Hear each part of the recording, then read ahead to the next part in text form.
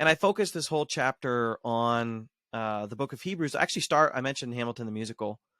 I just want to read this to you, and you can tell me what you think about it. But I'll just read this opener. In the summer of 2016, Hamilton the musical creator and star Lin-Manuel Miranda tweeted the following: "Everyone will sit under their own vine and under their own fig tree, and no one will make them afraid, for the Lord Almighty has spoken." Micah 4:4. That's Lin-Manuel Miranda quoting Micah 4:4. This is 2016 on Twitter without extra comment.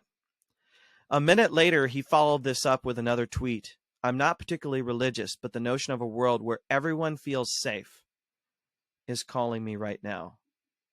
This is 2016. Think about what the world was going through in 2016. On two earlier occasions, Lin-Manuel Miranda tweeted the same Bible verse without comment. If you're one of the few mortals who hasn't watched Hamilton, it might help to know that this verse is recited verbatim in one of the show's songs, "One Last Time," voiced by George Washington. And then I write here, what was in Micah 4:4 that was attractive to Lin-Manuel? It was the biblical vision of peace, of a redeemed world where every single person has equal access to basic human rights.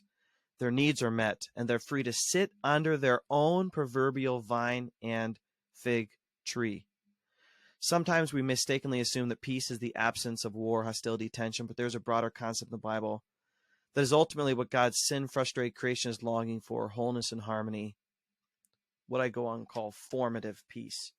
And actually, we know that this verse from Micah was actually one of George Washington, the historical George Washington's favorite verses, and he would put it into many of his private letters as almost kind of a motto.